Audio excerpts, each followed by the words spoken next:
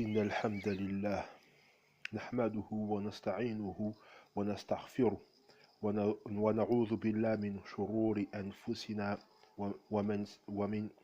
ومن سيئاتنا أعمالنا ومن يهده الله فلا مضل له ومن يضلل فلا هادي له وأشهد أن لا إله إلا الله وحده لا شريك له وأشهد أن محمدا عبده ورسوله يا أيها الذين آمنوا اتقوا الله حق تقاته ولا تموتن إلا وأنتم مسلمون يا أيها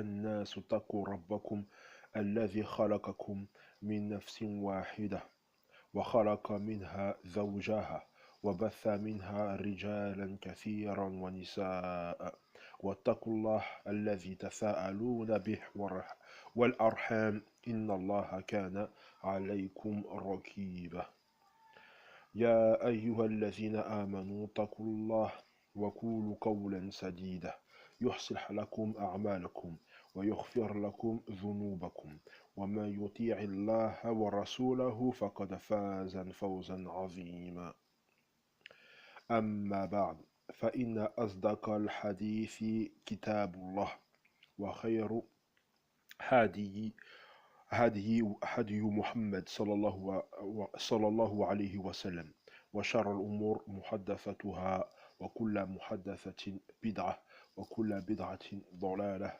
وكل ضلالة في النار. Assalamu alaikum wa rahmatullahi wa barakatuh. C'est Zakaria qui est avec vous, Zakaria Ma'akum. Le but de mes vidéos, Inch'Allah, c'est de faire des définitions de mots utilisés couramment dans l'islam,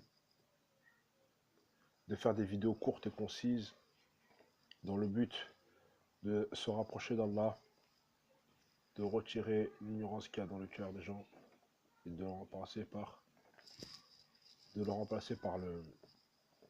la science, Inch'Allah ta'ala. Le premier mot que nous allons voir est le mot Tawhid. Tawhid qui veut dire l'unicité d'Allah. Tout d'abord, nous allons voir le Tawhid fil lugha. Dans la langue arabe, le mot Tawhid vient du verbe wahada, yuwahidu. Cela signifie rendre une chose unique. Le Tawhid dans Shar'an, dans la législation religieuse, c'est le fait d'unifier Allah dans sa seigneurie, Rububiyyah, dans son adoration, Uluhiyyah, dans ses noms et ses attributs, Asma wa Sifat, et dans ses jugements, Hukmi. Sache mon frère, qu'Allah m'accorde la réussite ainsi qu'à toi, que la personne ne fait partie des gens du Tawhid qu'en unifiant Allah dans toutes ses adorations, comme c'est inscrit dans le Coran, dans les versets suivants. Bismillahirrahmanirrahim. Alif Lam Ra. كتاب أحكمت آياته ثم فصلت من لدن حكيم خبير ألا تعبدوا إلا الله إنني لكم منه نذير وبشير ولقد أرسلنا نوحا إلى قومه إني لكم نذير مبين ألا تعبدوا إلا الله إني أخاف عليكم عذاب يوم أليم واذكر أخا عاد إذ أنذر قومه بالأحقاف وقد خلت النذر من بين يديه ومن خلفه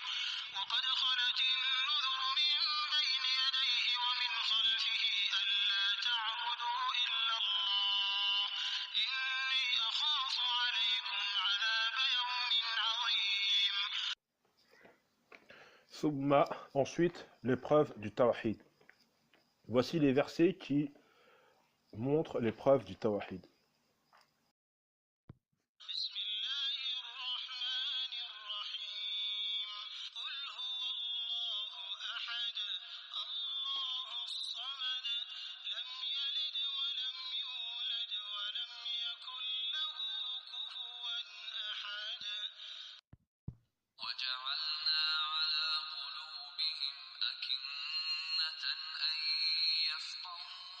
في آذانهم وقرا وإذا ذكرت ربك في القرآن وحده ولوا على أدبارهم نفورا وإذا ذكر الله وحده اشمأزت قلوب الذين لا يؤمنون بالآخرة وإذا ذكر الذين من دونه إذا هم يستبشرون